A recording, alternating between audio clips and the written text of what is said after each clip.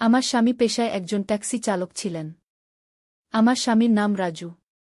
তিনি যে মালিকের ট্যাক্সি চালাতেন সেই ভদ্রলোকের বয়স ৫০-এর কাছাকাছি হবে। কিন্তু তিনি কেন যে বিয়ে করেননি তা আমাদের জানা ছিল না। তবে তিনি মানুষের খুব উপকার করতেন।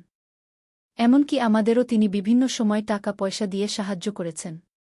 আমার স্বামী তো চৌধুরী সাহেবকে তার জীবনের সবকিছু ভাবতেন। মনে মনে তাকে ঈশ্বরের আসনে বসিয়েছিলেন। কারণ তার মতে চৌধুরী সাহেব না থাকলে হয়তো তাকে ভিক্ষা করে জীবন কাটাতে হতো। এই কথাগুলো আমি বিয়ের পরেই আমার স্বামীর মুখে শুনেছিলাম। আমার নাম ঋতু। আমি দেখতে বেশ সুন্দরী ছিলাম। আমার স্বামী আমাকে খুব ভালোবাসতেন এবং সবসময় আমাকে হাসি খুশি রাখার জন্য তার চেষ্টার কোনো কমতি ছিল না। একদিন আমার স্বামীর মালিক চৌধুরী সাহেব আমাদের দুজনকে রাতে তার বাড়িতে শাহী ভোজের জন্য আমন্ত্রণ জানালেন। বলতে গেলে সেই রাতে শুধু আমি আর আমার স্বামী আমন্ত্রিত ছিলাম। আমরা তো খুব আনন্দের সঙ্গেই সেদিন রাতে মালিকের বাড়িতে খেতে গিয়েছিলাম। সেখানে গিয়ে এত খাবারের আয়োজন দেখে আমি বিশ্বাসই করতে পারছিলাম না যে আমাদের ভাগ্যেও কখনো এত সুখ আসতে পারে। মালিক আমাদের সঙ্গে বসেই রাতের খাবার খেলেন। কিন্তু খাবার খেতে খেতেই হঠাৎ করে আমার স্বামী জ্ঞান হারিয়ে ফেলেন। আমার স্বামীর অজ্ঞান হয়ে যাওয়ার পর সেই রাতে মালিক আমার সঙ্গে জোর করে। আমার স্বামী একজন সাধারণ ট্যাক্সি চালক হলেও তিনি দেখতে খুবই সুদর্শন ছিলেন। আর আমিও দেখতে কোনো অংশে কম ছিলাম না। আমার গায়ের রং ছিল দুধে আলতা। গরিব পরিবারে জন্ম হলেও আমি ছিলাম অপরূপ সুন্দরী। আমাদের বিয়ের পর আমার স্বামীর জীবনে অনেক উন্নতি হতে শুরু করেছিল। বিয়ের পর থেকেই স্বামীর মুখে মালিকের অনেক প্রশংসা শুনতাম। তিনি বলতেন মালিক নাকি সব গরিব দুঃখী মানুষকে অকাতরে সাহায্য করেন। এমনকি আমাদের থাকার জন্য চৌধুরী সাহেব তার বাড়ির পেছনের বিশাল গেস্ট হাউসটাও ছেড়ে দিয়েছিলেন। এমন নয় যে আমার স্বামীর নিজের কোনো বাড়ি ছিল না। তার একটা ছোট মাটির বাড়ি ছিল গ্রামে। কিন্তু আমাদের বিয়ের পর আমাকে দেখার পরেই কেন জানি মালিক আমার স্বামীকে এই প্রস্তাবটা দেন। আমাদের বিয়ের পর সেদিনই আমার স্বামী আমাকে প্রথমবার মালিকের বাড়িতে নিয়ে গিয়েছিলেন তার সঙ্গে পরিচয় করিয়ে দেবার জন্য। আমাকে দেখার পর চৌধুরী সাহেব আমার স্বামীকে বলেছিলেন, রাজু, তুই তো এখন সংসারী হয়েছিস। তোর দায়িত্ব বেড়েছে। আমি চাই না তোর কোনো কষ্ট হোক। আমি তোকে নিজের ছোট ভাইয়ের মতোই দেখি। তাই আজ থেকে তুই তোর স্ত্রীকে নিয়ে আমার বাড়ির পেছনে গেস্ট হাউসে থাকবি। ওটা তো খালিই পড়ে আছে। আমার স্বামী প্রথমে লজ্জায় মালিকের এই বড় প্রস্তাবে রাজি হচ্ছিলেন না।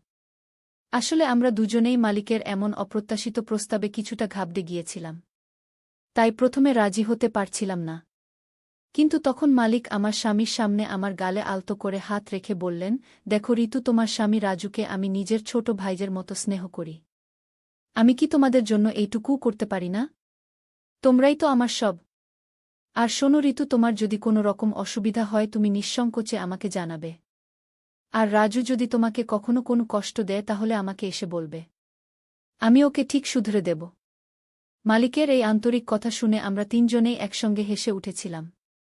তখন আমি মালিককে বলেছিলাম, চৌধুরী সাহেব, এই জন্যই তো আমার স্বামী আপনাকে এত শ্রদ্ধা করে এবং এত সুনাম করে। আজ আমি নিজের চোখেই তার কারণ দেখতে পেলাম। আমার কথা শুনে আমার স্বামী আমাকে বললেন, ঋতু, মালিকের পায়ে হাত দিয়ে প্রণামটা তো করো। আমি স্বামীর কথা শুনে আনন্দের সঙ্গে মালিকের পায়ে হাত দিয়ে প্রণাম করলাম। মালিকের কথা মতোই এর ঠিক দুদিন পর আমরা তার বাড়ির পেছনের গেস্ট হাউসে চলে এসেছিলাম। আমি আর আমার স্বামী দুজনেই গ্রাম থেকে শহরে এসেছিলাম। তাই শহরে এসে চৌধুরী সাহেবের এত বড় গেস্ট হাউস দেখে আমার সবকিছু স্বপ্নের মতো মনে হচ্ছিল। কারণ ছোটবেলা থেকে তো মাটির বাড়িতে থেকেই বড় হয়েছি এবং অনেক অভাব অনটন দেখেছি। তাই স্বামীর সঙ্গে মালিকের গেস্ট হাউসে এসে আমি অত্যন্ত খুশি ছিলাম। মালিকের বাড়িতে আসার পর আমার স্বামী আমাকে ভালোবেসে বলেছিলেন, দেখলে তো রিনা, আমি তোমাকে বলেছিলাম না যে বিয়ের পর আমি তোমাকে রানীর মতো করে রাখব। আর দেখো আজ মালিকের দয়ায় আমরা কত বড় একটা বাড়িতে থাকার সুযোগ পেয়েছি। কিন্তু আমরা স্বপ্নেও ভাবতে পারিনি যে মালিকের এই সাহায্যের পেছনে অন্য কোনো উদ্দেশ্য ছিল। তার ভেতরের খারাপ উদ্দেশ্যটা আমরা প্রথমে বুঝতে পারিনি। আমরা দুজন তো মালিককে একজন দয়ালু এবং মহৎ মানুষ মনে করতাম। কিন্তু তিনি যে আড়ালে অনেক নোংরা কাজ করতেন সেটা আমি অনেক পরে জানতে পেরেছিলাম। সেদিন আমরা দুজনে মিলে ভালোমন্দ রান্না করে একসঙ্গে খেলাম এবং খুব আনন্দ করলাম। এমনকি রাতে নিজে মালিক আমাদের সঙ্গে দেখা করতে এসেছিলেন। তিনি আমার মাথায় হাত বুলিয়ে জিজ্ঞেস করলেন, আমাদের আর কিছুর প্রয়োজন আছে কি না? তখন আমি মালিককে বললাম, মালিক, আমাদের আর কিছুই লাগবে না। আমরা প্রয়োজনের থেকেও অনেক বেশি পেয়েছি। আপনার এই দয়া আমরা কোনোদিন ভুলতে পারব না। তারপর রাতে যখন আমরা খাওয়া দাওয়া শেষ করে ওপরের ঘরে ঘুমাতে গেলাম তখন হঠাৎ রাত 2টো নাগাদ মালিকের মূল বাড়ি থেকে একটা মেয়ের চিৎকার শুনতে পেলাম। কিন্তু বুঝতে পারছিলাম না এত রাতে কোনো মেয়ে মালিকের ঘরের ভেতরে কেন কাঁদছে। কারণ মালিকের বাড়িতে তো কেবল কাজের লোকেরাই ছিল। এবং তার তো কোনো স্ত্রী ছিল না। তাহলে এত রাতে মালিকের ঘর থেকে কোনো মেয়ের কান্নার আওয়াজ কেন আসবে? মেয়েটির কান্নার আওয়াজ শুনে আমি আমার স্বামীকে জাগিয়ে বললাম যে মালিকের ঘর থেকে একটা মেয়ের কান্নার আওয়াজ আসছে। আমার স্বামী তখন বললেন, তোমাকে ওসব নিয়ে ভাবতে হবে না। তুমি চুপচাপ ঘুমিয়ে পড়ো। আর তাছাড়া আমি তো কোনো মেয়ের কান্নার আওয়াজ শুনতে পাচ্ছি না। স্বামীর কথা শুনে আমি তার মুখের দিকে অবাক হয়ে তাকিয়ে বললাম, তুমি কি আমার সঙ্গে ঠাট্টা করছো নাকি মিথ্যে বলছো? কারণ ওই মেয়েটির কান্নার আওয়াজ আমি স্পষ্ট শুনতে পাচ্ছি। আর তুমি বলছো তুমি কিছুই শুনতে পাচ্ছ না। আমার স্বামী তখন আমার হাত ধরে বললেন, দেখো, আমি চাই না তুমি এসব ঝামেলার মধ্যে জড়িয়ে পড়ো। তাই তুমি চুপচাপ ঘুমিয়ে পড়ো। ওদিকে মন দেওয়ার কোনো দরকার নেই। স্বামীর কথা শুনে আমার আর কিছু বলার ছিল না। তাই তার সঙ্গে আর তর্ক না করে আমি চুপচাপ শুয়ে পড়লাম। কিন্তু যতক্ষণ ওই মেয়েটির কান্নার আওয়াজ আমার কানে আসছিল ততক্ষণ আমি ঘুমাতে পারিনি। প্রায় আধ ঘণ্টা পর মেয়েটির কান্নার আওয়াজ থেমে গেল। আমি কিছুই বুঝতে পারছিলাম না যে মালিকের বাড়ির ভেতরে আসলে কি হচ্ছে। সেদিন সারারাত এই কথাগুলো ভাবতে ভাবতেই কেটে গেল। আমি এক মুহূর্তের জন্যও ঘুমাতে পারিনি। এইভাবে প্রত্যেক রাতেই আমি মেয়েদের কান্নার আওয়াজ শুনতে পেতাম। আর আমার স্বামীকে যখনই এ বিষয়ে কিছু বলতাম সে আমার কথার কোনো গুরুত্ব না দিয়ে ঘুমিয়ে পড়ত। এইভাবে কিছুদিন চলার পর সেদিন রাতেও যখন আমি মালিকের ঘর থেকে একটি মেয়ের কান্নার আওয়াজ শুনতে পেলাম তখন আমি আর থাকতে না পেরে বিছানা থেকে উঠে নিজের ঘর থেকে বের হতে যাচ্ছিলাম। ঠিক তখনই আমার স্বামী তারা বিছানা থেকে উঠে আমার হাত ধরে আটকাল আর বলল, এত রাতে তুমি কোথায় যাচ্ছ?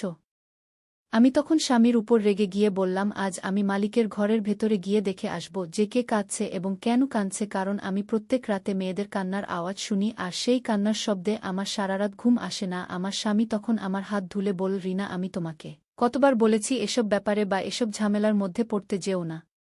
আমি তখন স্বামীকে জিজ্ঞেস করলাম, তার মানে তুমি সবকিছুই জানো? তুমি জানো যে প্রত্যেক রাতে মালিকের ঘর থেকে মেয়েদের কান্নার আওয়াজ আসে এবং কেন আসে?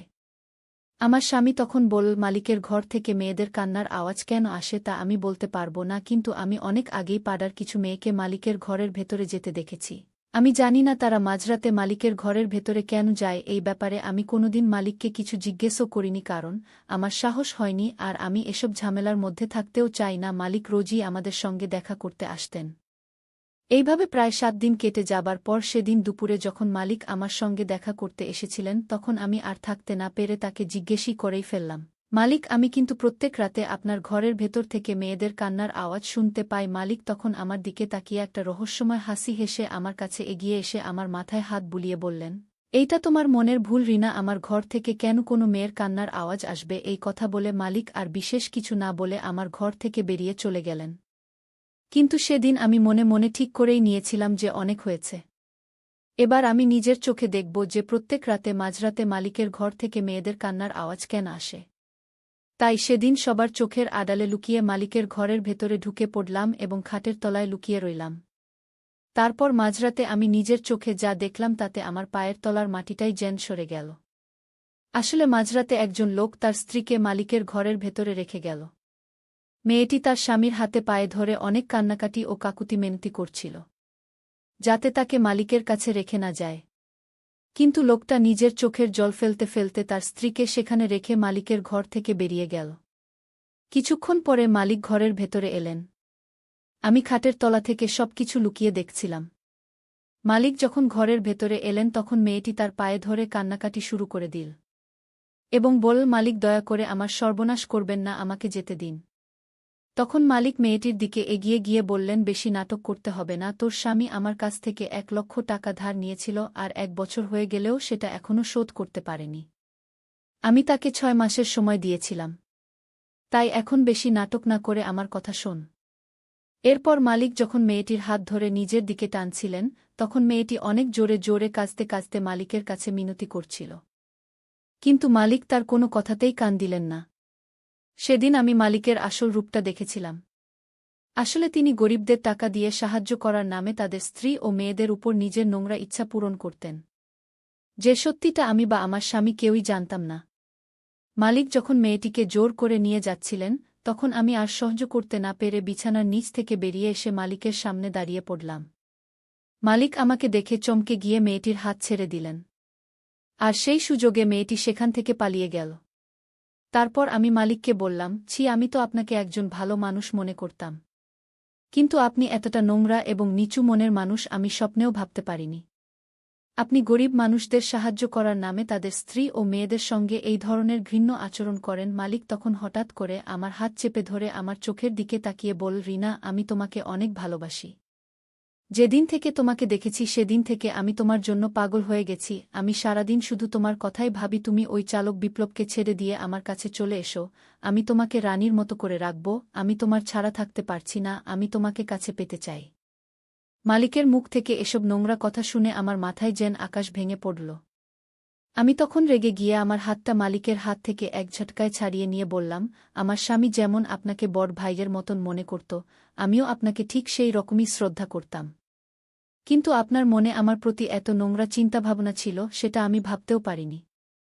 আর একটা কথা শুনে রাখুন, আমার স্বামী একজন সাধারণ চালক হলেও তিনি একজন সৎ মানুষ। তিনি আমাকে অনেক ভালোবাসেন এবং আমাকে রানীর মতোই রেখেছেন। আপনার ব্যাপারে সবকিছু জানার পর আমি আর এক মুহূর্তও এখানে থাকতে চাই না। আমি কাল সকালেই আমার স্বামীর সঙ্গে আমাদের গ্রামের বাড়িতে চলে যাব। দরকার নেই আমার আপনার মতন মানুষের সাহায্য বা টাকা পয়সার। এই কথা বলে আমি যখন ঘর থেকে বেরিয়ে যেতে যাচ্ছিলাম, তখন মালিক আমার হাত ধরে বললেন, তুমি আমাকে কোথাও যেতে দেব না। তুমি শুধু আমার। আমি যখন মালিককে আমার হাত ছেড়ে দিতে বললাম, তখন তিনি বললেন, তুমি যখন আমার ব্যাপারে সবকিছু জেনেই গেছ, তাহলে এটাও জেনে রাখো যে আমি যেদিন প্রথম তোমাকে দেখেছিলাম সেদিনই মনে মনে ঠিক করে নিয়েছিলাম যে তোমাকে আমি নিজের করে পাবি।